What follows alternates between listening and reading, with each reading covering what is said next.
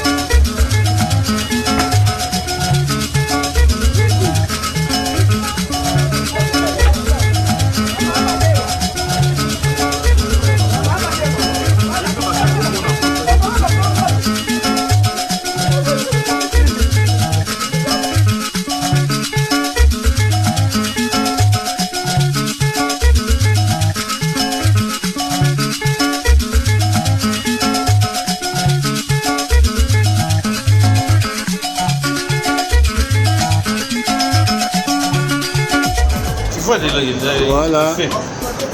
Le parking de la galerie présidentielle est en feu. Hein? Ouh, ça augmente là. Aïe aïe aïe. Mais c'est très dangereux ça. Regarde. Une fois que cet endroit va se relayer sur les autres endroits, mais ça sera catastrophique. Oh! Aïe aïe aïe aïe. Où sont les pompiers? Il faut les appeler en ce moment. Oui, ça s'embrase. Hein? Et là, il y a un groupe électrogène à côté là. Regarde. Oh! Oh, Modena. Waouh, waouh, waouh, waouh, waouh, waouh. Là, le feu a pris d'autres ampleurs. Seigneur Jésus. Qu'est-ce qui se passe? Eh, les Congo. Où sont les pompiers?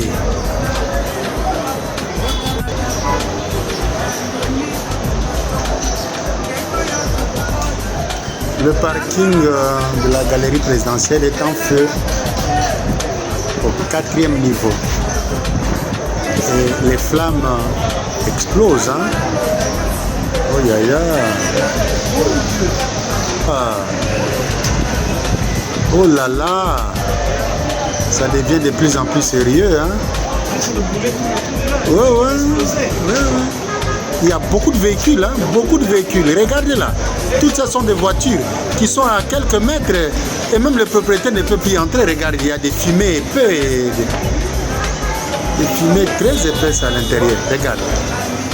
Oh Seigneur. Ah, il y a quelqu'un là. Je vois quelqu'un qui est là. Voilà. Voilà. Il risque de perdre sa vie. Regarde. La 8e rue industrielle Kokamwa. Incendie bozali komona esali ba dégâts nenga bosakana te.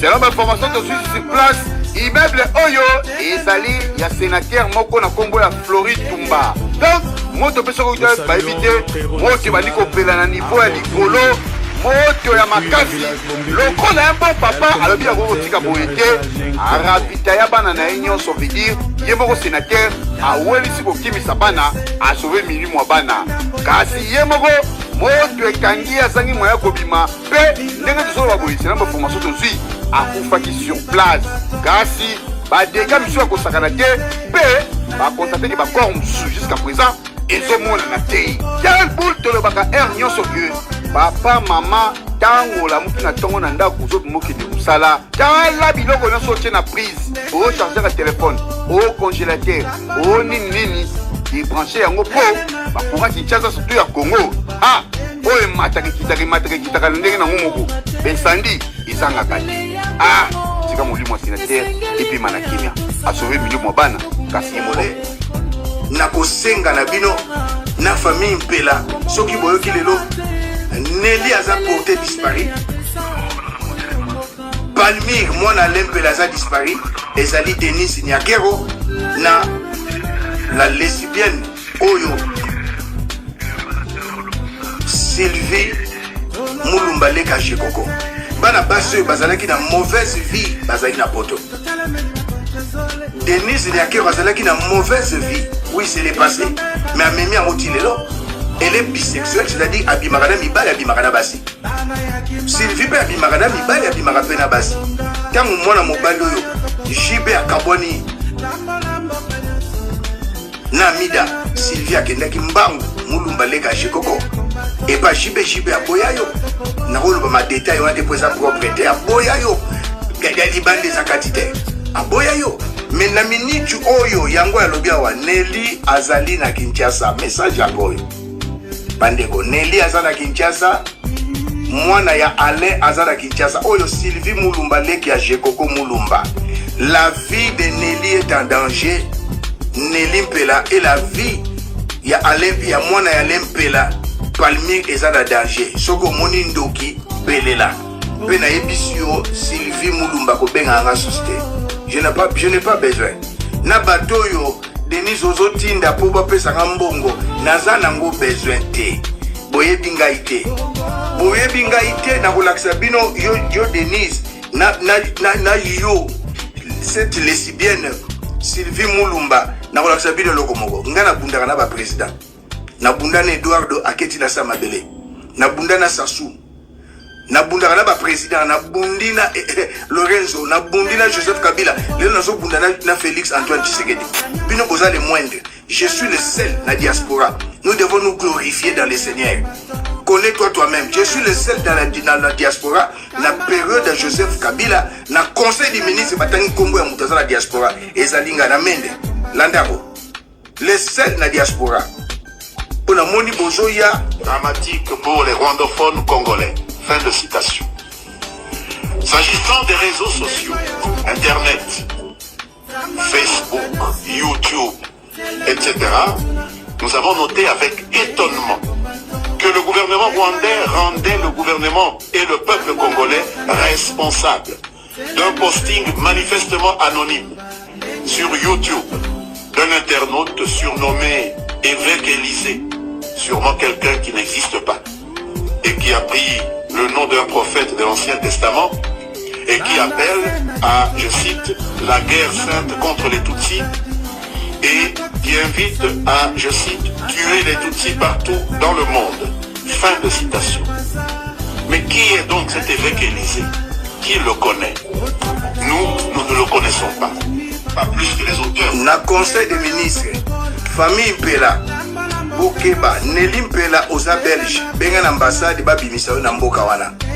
Denise Nyakero, la rwandaise toute la lesbienne, femme fontaine, elle est capable de tout.